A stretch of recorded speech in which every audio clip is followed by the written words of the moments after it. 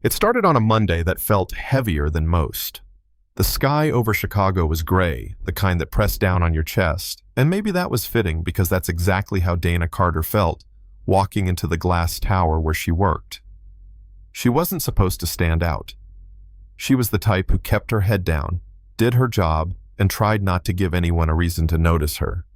But in a world that judged her the second she walked through the door, black single mom wearing last season's shoes, blending in was never really an option. The office lobby smelled like money and power. Men in tailored suits breezed past her like she was part of the furniture. Dana adjusted her thrift store blazer, clutched her purse tighter, and walked toward the elevator. She knew what people whispered charity hire quota filler probably hear until she messes up. She heard it all. Pretending not to was exhausting. But she had bills to pay, a son waiting at home with homework spread across the kitchen table, and no safety net if she fell. Upstairs, her manager Scott was waiting. Scott was the type who smiled for the board but sneered at everyone below him. He leaned on her desk, voice dripping with sarcasm.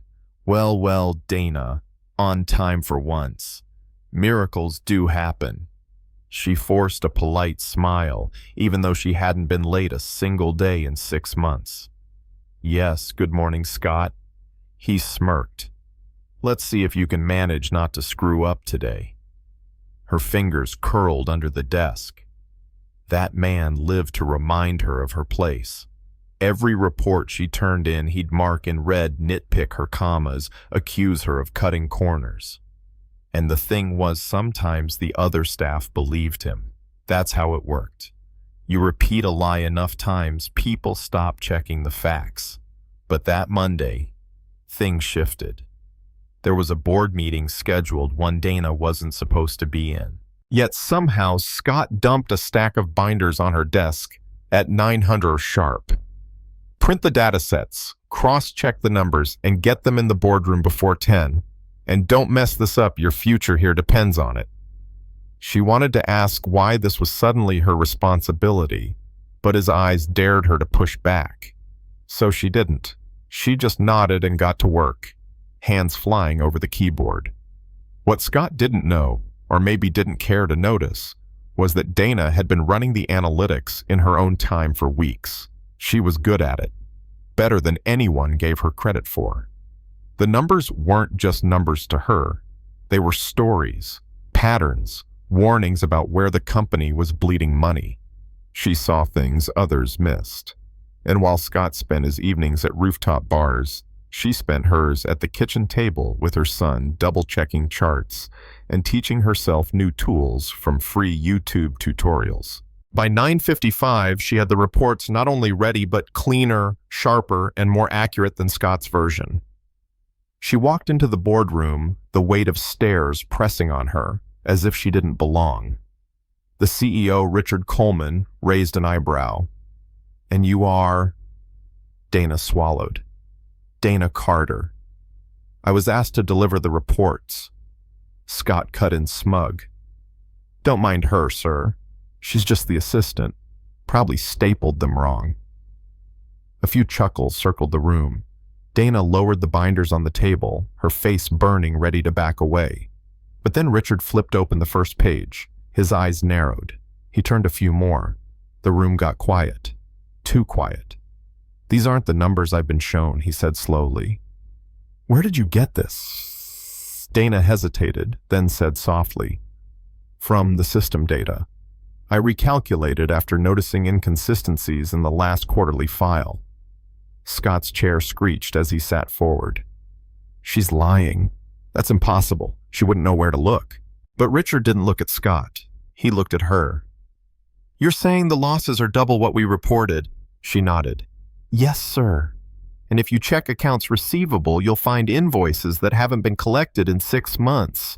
That's why the numbers looked better than they were. It was smoke and mirrors. A silence hung so thick you could hear the air conditioning hum. Then Richard asked for the screen. He wanted the data pulled up right then and there. Dana's heart pounded as the numbers blinked onto the massive monitor. Everything she'd flagged was there in black and white.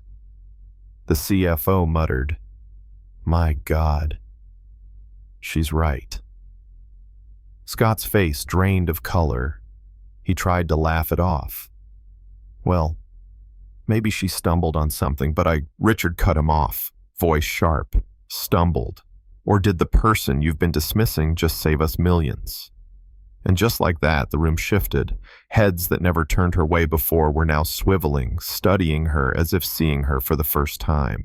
For Dana, it was a rush of vindication she hadn't felt in years. All the nights of being underestimated, the whispers behind her back, the way people acted like she should be grateful just to sit at a desk. Suddenly, it cracked open and the light poured through. Richard leaned back, steepling his fingers. Dana, isn't it? I'd like you to stay. We have some questions about how you found this. Scott, you can wait outside. That was the first domino. Hours later, after the meeting, Dana walked out of that boardroom different. She wasn't invisible anymore. The CEO had thanked her personally, not with fake corporate smiles, but with genuine gratitude.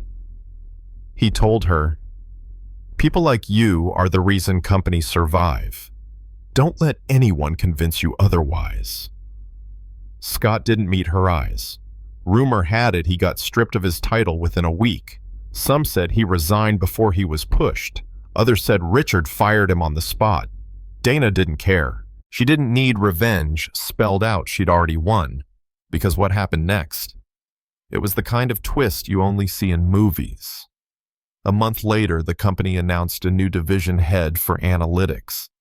People were whispering, speculating it would be some Ivy League hotshot. But when the name was revealed, Dana Carter, the whole floor went silent. She walked into that room, not as the assistant, not as the quota hire, but as the woman who had saved the company from a financial scandal. And the look on people's faces, priceless. The same ones who ignored her in the lobby now scrambled to shake her hand. But Dana never forgot. Not the humiliation, not the late nights teaching herself, not the way a single mom with secondhand shoes was written off as nothing. And maybe that's why when she stood at the podium during her first staff address, she didn't talk about profits or projections. She talked about respect, about seeing people, truly seeing them before it's too late. She ended with one sentence that still echoes today. Never underestimate the quiet ones. You might be underestimating your savior. Now here's the question for you watching this. Was Scott just one bad apple, or is this how the system works? Rewarding arrogance while burying talent until it explodes. Have you ever been in Dana's shoes, written off until the truth couldn't be ignored anymore? Drop your story in the comments because I promise someone else out there needs to hear it.